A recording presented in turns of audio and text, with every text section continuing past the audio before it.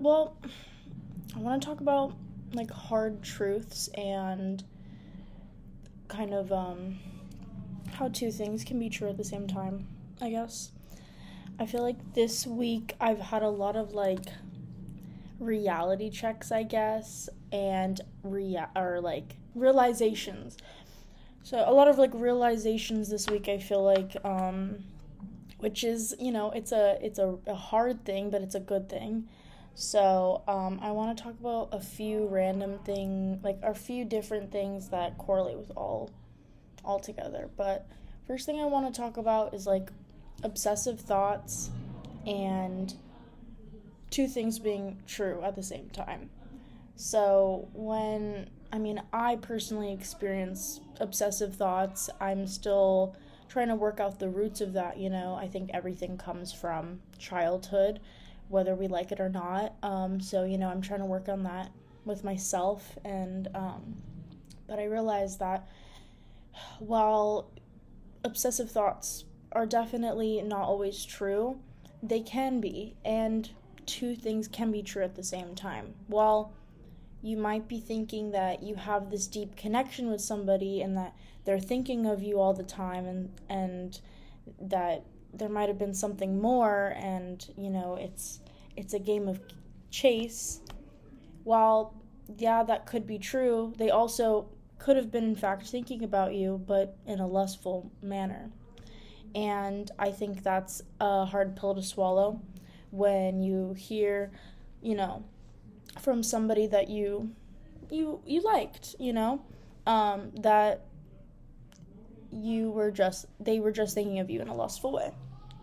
So while my obsessive thoughts might have been correct that they were thinking about me, they weren't exactly the way that I was thinking they were thinking about me. I also think that when in two things can be true at the same time, I think people choose what they think is best for them. And it might be, but I think that I think it's important that all of us not suppress our id. So I don't know if you've heard of it's like the three selves. It's ego, super ego, ego, and id. And the id is the animal in us. It's the craziness, the dark secrets that we want, like the dark wants. And I think that it's important to not suppress that, because it hurts other people around you when you suppress your id, because you start being compulsive and you start making choices that are destructive because you can't really be the person you are. So I try to release those things. I try not to bottle those up. Everybody has a darkness. Everybody has secrets. Everybody has fantasies, and I try not to lie about that, or, I'm open about talking about those things with people. And some people think it's taboo. I am down with it. Not everybody will be, and I respect that, because it is intense. Sometimes you'll get things that you wouldn't expect when you open that space up. Another thing I want to talk about is like harsh realities and being perceived as a woman.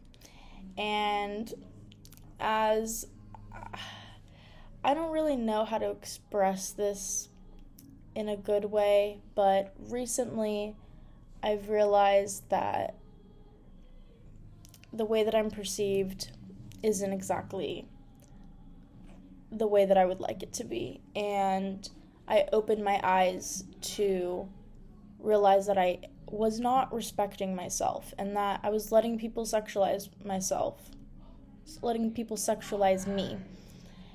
And it's really more layered than just outright letting people sexualize me. I like to talk funny. I like to, say absurd things. I talk like a 16-year-old boy sometimes, and that's just my humor. But I can also be serious. And so when I open up that space, I was being funny. I was trying to be like, not trying to be one of the boys, but I was trying to have that boy humor, that stupid fucking, humor, like, you know.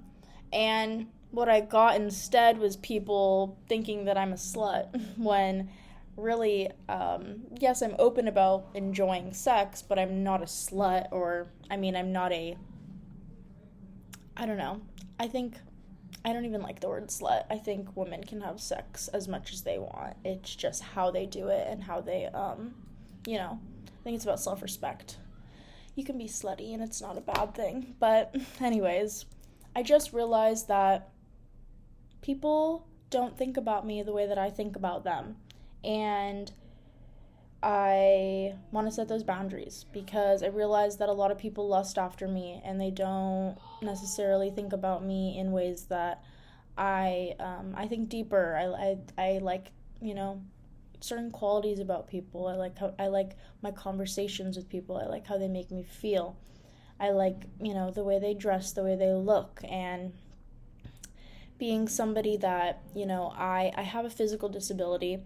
I used to get bullied. I, wasn't always the prettiest. And, once you get older, you start growing up, you're looking different, I fit the beauty standard, and in a way, it's really weird to say that. I have a hard time saying it because I couldn't believe it myself, but I do have the privilege of saying that, but I just think, I'm fucking tired of it. I'm so over people telling me, like when I'm having a serious conversation with them and they're commenting on how they can't stop thinking about me in a lustful way. And I'm like, it's just, I realize that that's not what I want.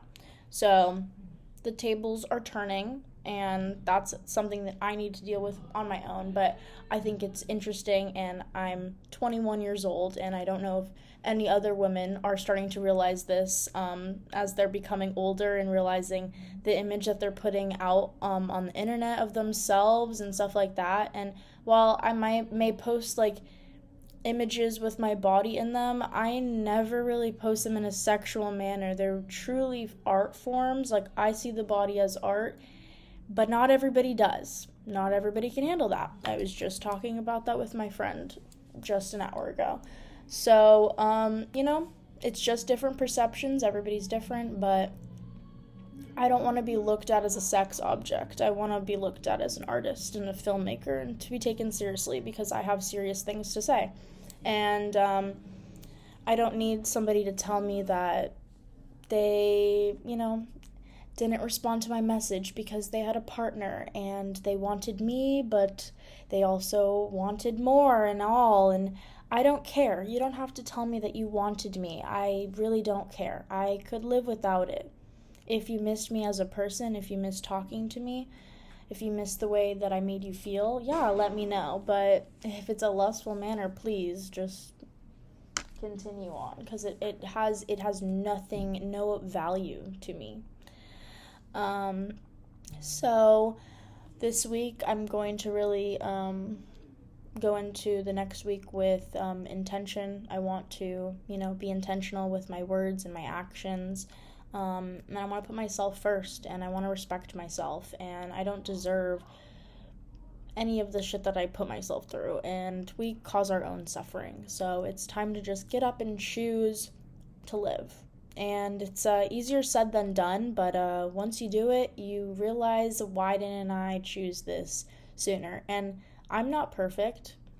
I didn't want to wake up today, I didn't want to do today, but right now I'm feeling good, I'm feeling hopeful, and that's what matters, it's really not linear, and it is like really hard to do it, it took me years to just be like this, and I still have my bad days, so that's just what I wanted to talk about tonight. I hope everybody has a beautiful night. I really suggest the book, The Art of Loving. It's really helped me and kept me honestly stable through this process that I've been going through of life.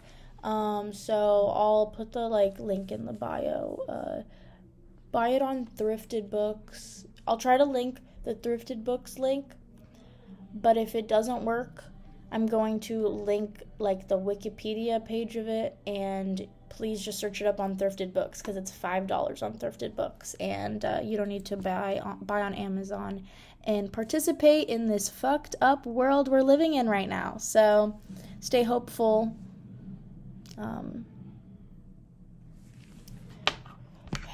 Good luck and good night.